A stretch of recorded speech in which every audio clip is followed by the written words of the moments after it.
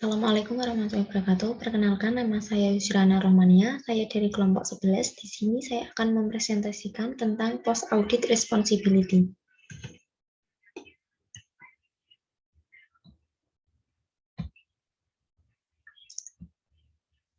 Penyelesaian audit dan tanggung jawab pasca audit. Pada tahap penyelesaian audit, auditor bekerja dengan keterbatasan waktu.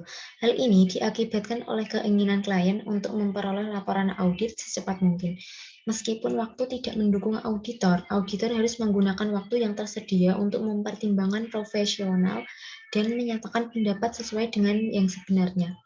Dalam menyelesaikan audit, auditor seringkali menghadapi kendala waktu, terutama ketika klien berusaha mendapatkan tanggal yang paling cepat untuk penerbitan laporan audit. Auditor harus menggunakan waktu tersebut untuk membuat pertimbangan profesional yang baik dan menyatakan pendapat yang tepat dalam situasi bersangkutan. Tanggung jawab auditor dalam menyelesaikan audit dibagi menjadi 4 kategori, yaitu yang pertama ada menyelesaikan pekerjaan lapangan, yang kedua mengevaluasi temuan-temuan, yang ketiga komunikasi dengan klien, yang keempat tanggung jawab setelah audit. Yang pertama, menyelesaikan pekerjaan lapangan, yaitu jika semua unsur laporan keuangan telah selesai diaudit, auditor telah pada tahap akhir auditnya. Sebelum ia meninggalkan perusahaan klien, ia harus mereview kertas kerja yang dibuat dengan cara membandingkannya dengan kuesioner, pengendalian intern, dan program pengujian substantif untuk memperoleh keyakinan bahwa semua informasi yang diperlukan sebagai dasar penyusunan laporan audit telah terkumpul semua. Untuk itu, dalam menyelesaikan pekerjaan lapangan, auditor melaksanakan prosedur audit spesifik untuk mendapatkan bukti audit tambahan. Selanjutnya, ada prosedur-prosedurnya adalah yang pertama, melakukan review atas peristiwa kemudian. Yang kedua, membaca notulen rapat. Yang ketiga, mendapatkan bukti mengenai litigasi, klaim, dan penilaian. Yang keempat, mendapatkan surat representasi klien. Yang kelima, melaksanakan prosedur analitis. Selanjutnya, yang pertama yaitu melaksanakan review atas peristiwa kemudian. Tanggung jawab auditor untuk menilai kewajaran laporan keuangan klien tidak terbatas pada pemeriksaan atas peristiwa dan transaksi yang terjadi hingga tanggal neraca. Menyatakan bahwa auditor juga mempunyai tanggung jawab spesifik atas peristiwa dan transaksi. Yang pertama, mempunyai tanggung jawab spesifik atas peristiwa dan transaksi yang mempunyai pengaruh material terhadap laporan keuangan. Yang kedua, terjadi sesudah tanggal neraca tetapi sebelum penerbitan laporan keuangan serta laporan auditor. Selanjutnya, sebelum menyusun draft laporan auditor, auditor harus mereview peristiwa-peristiwa kemudian.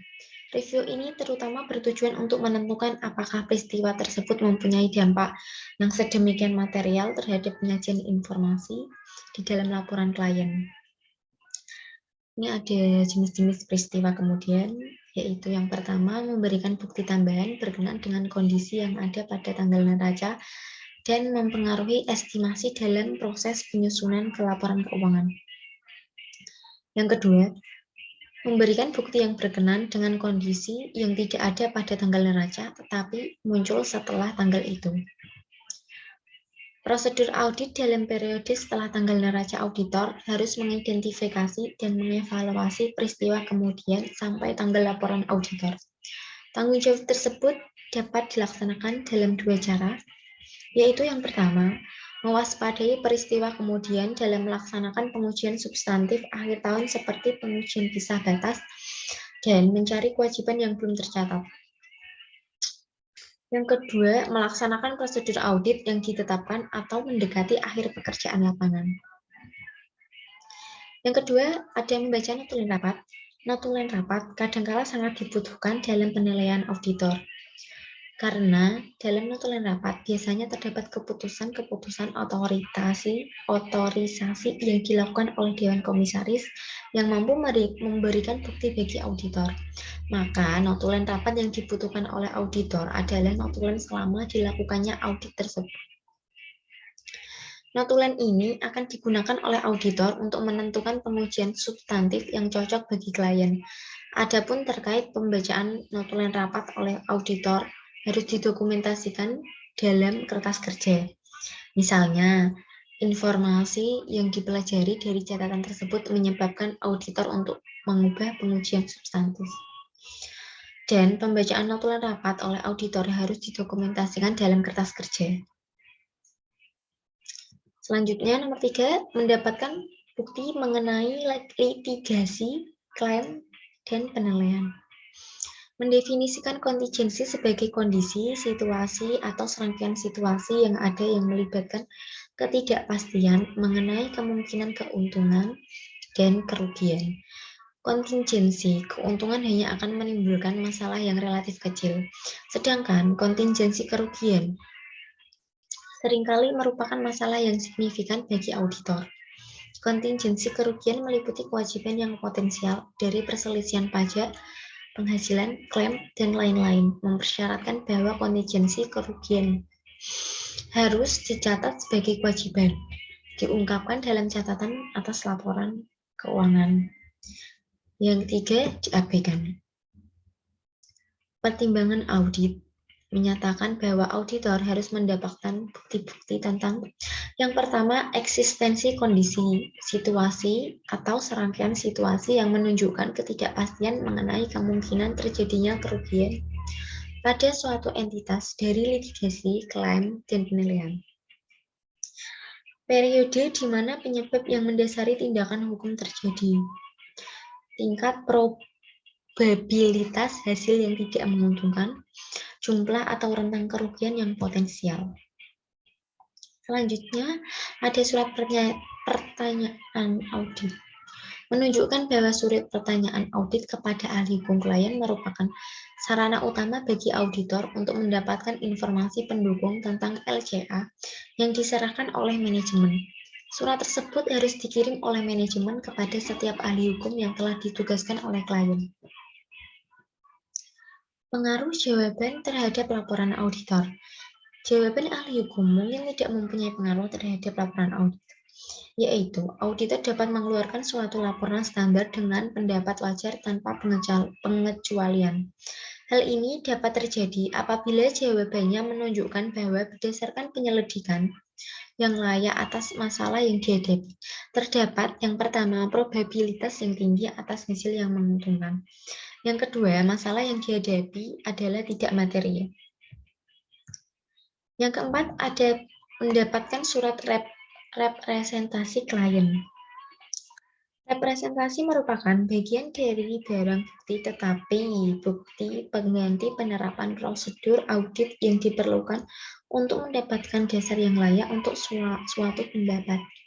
Surat representasi dapat menjadi pelengkap bagi prosedur audit, yaitu sebagai sarana utama bagi auditor untuk mendapatkan bukti mengenai IJA.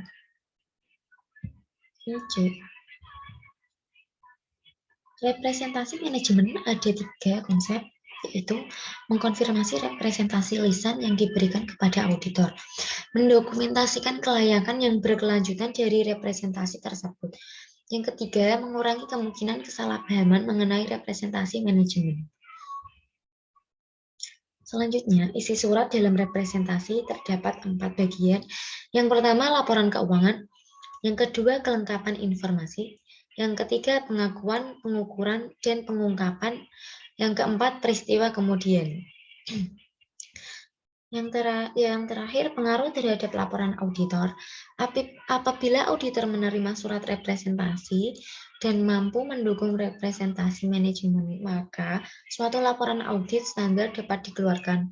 Tetapi jika ada keterbatasan pada lingkup audit, jika auditor tidak dapat memperoleh surat representasi, mendukung representasi manajemen yang bersifat material bagi laporan keuangan dengan prosedur audit lainnya. Yang kelima, melaksanakan prosedur analitis.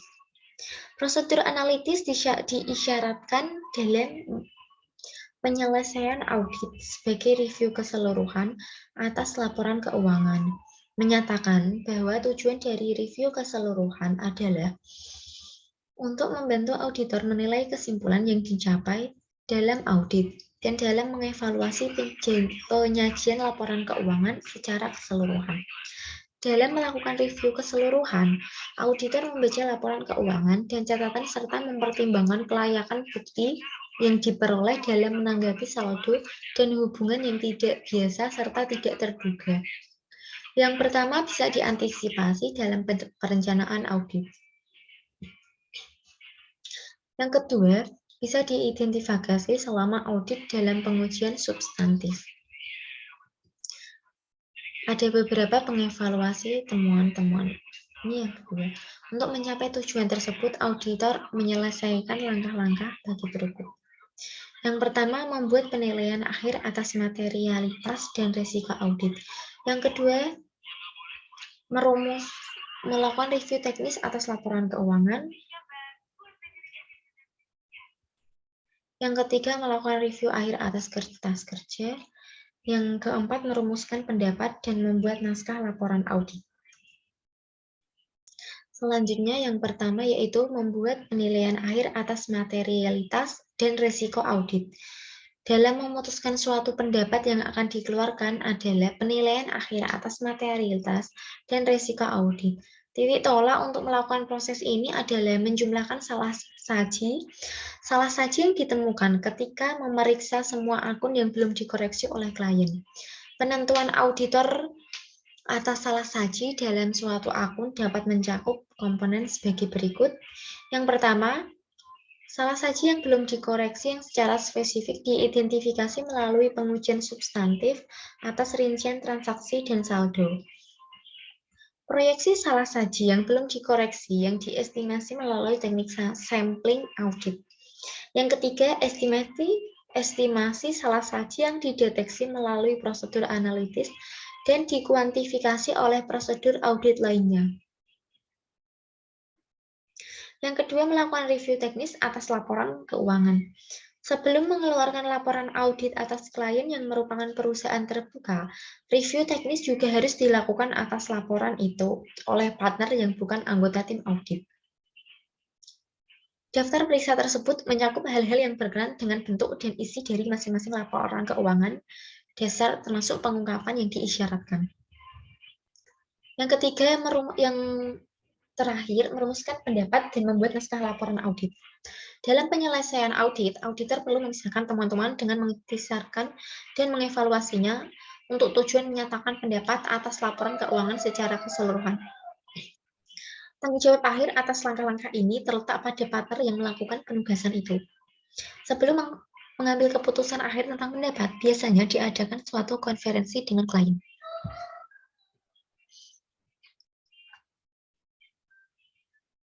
Selanjutnya, melakukan review akhir atas kertas kerja.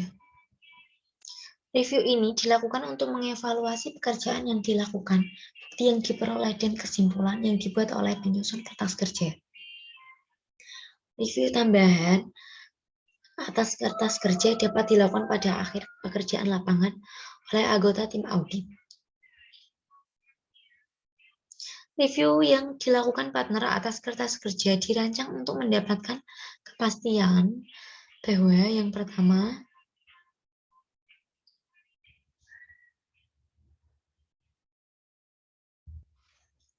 pertama, pekerjaan yang dilakukan oleh bawahan adalah akurat dan lengkap. Yang kedua, pertimbangan yang dilakukan oleh bawahan adalah layak dan tepat pada situasi bersangkutan. Yang ketiga, penugasan audit telah diselesaikan sesuai dengan kondisi dan syarat yang ditetapkan dalam surat penugasan. Yang keempat, semua pertanyaan tentang akuntansi, auditing, dan pelaporan signifikan yang timbul selama audit telah diselesaikan dengan tepat. Yang kelima, kertas kerja mendukung pendapat auditor.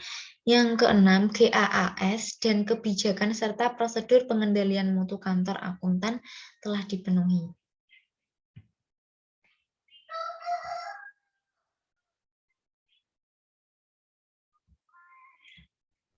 Selanjutnya, mengomunikasikan dengan klien. Komunikasi antara auditor dengan klien pada penutupan audit melibatkan komite audit dan manajemen. Komunikasi komite audit membicarakan hal-hal yang berkenaan dengan pengendalian internal dan pelaksanaan audit.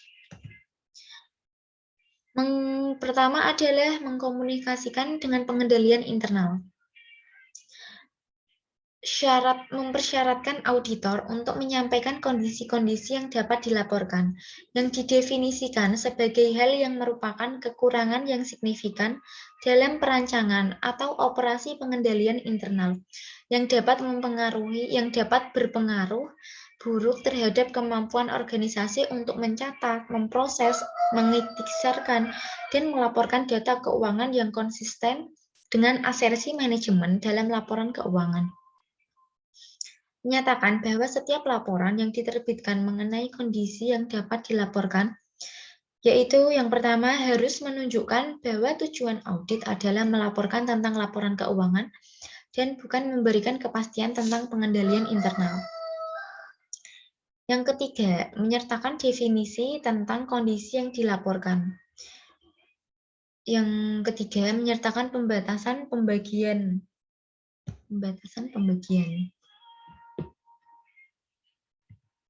Selanjutnya,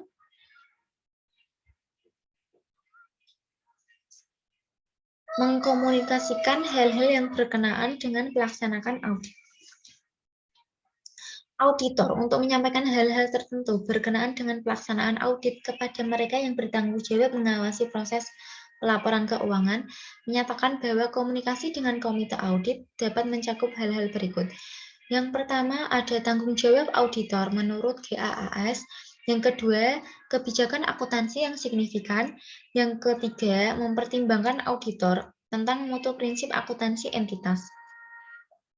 Yang keempat, mempertimbangkan manajemen dan estimasi akuntansi. Yang kelima, penyesuaian audit yang signifikan.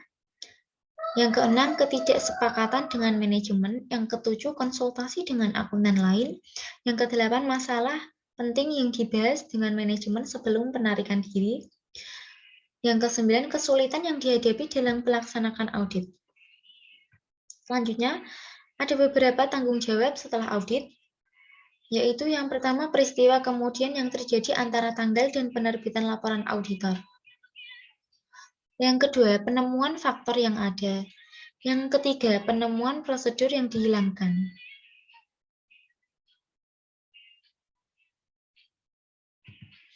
Yang pertama, peristiwa kemudian yang terjadi antara tanggal dan penerbitan laporan auditor, yaitu menyatakan bahwa auditor tidak mempunyai tanggung jawab untuk mengajukan pertanyaan atau melaksanakan suatu prosedur audit apapun selama periode waktu ini guna menemukan peristiwa kemudian yang material.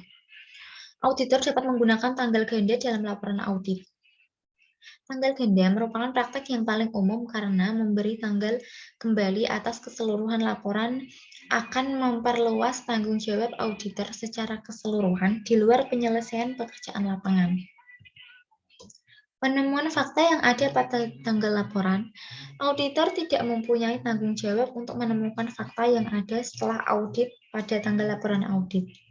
Namun, menunjukkan bahwa jika auditor menyadari adanya fakta tersebut, dan fakta itu mungkin mempengaruhi laporan yang telah dikeluarkan, maka auditor diwajibkan untuk memastikan reliabilitas informasi tersebut.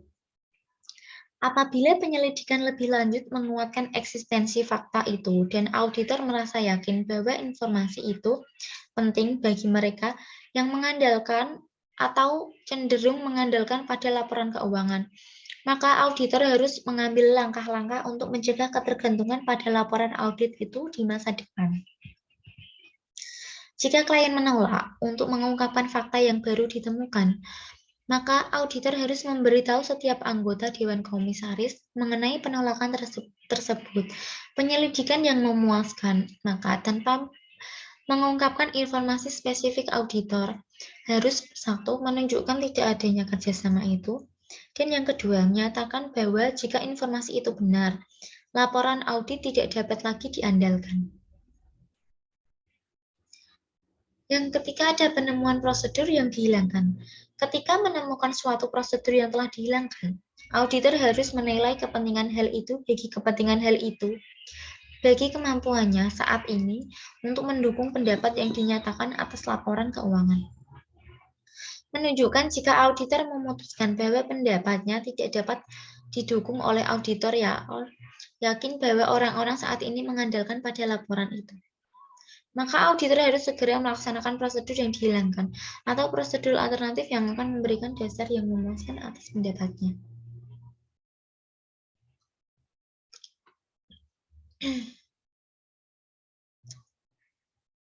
Ada beberapa tanggung jawab auditor dalam melakukan prosedur untuk menentukan kelengkapan informasi. Yang pertama, meninjau kertas kerja tahun sebelumnya untuk nama-nama pihak terkait yang diketahui. Yang kedua, menelaah identifikasi entitas atas pihak berelasi. Yang ketiga, menanyakan tentang afiliasi dari pihak yang bertanggung jawab atas tata kelola dan pejabat dengan entitas lain.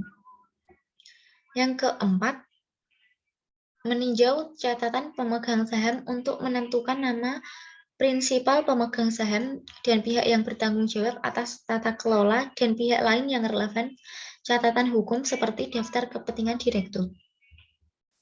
Yang kelima, menanyakan kepada auditor lain yang saat ini terlibat dalam audit atau pendahuluannya auditor mengenai pengetahuan mereka tentang pihak berelasi tambahan. Yang keenam, meninjau pengembalian pajak penghasilan entitas dan informasi lain yang diberikan kepada badan pengatur.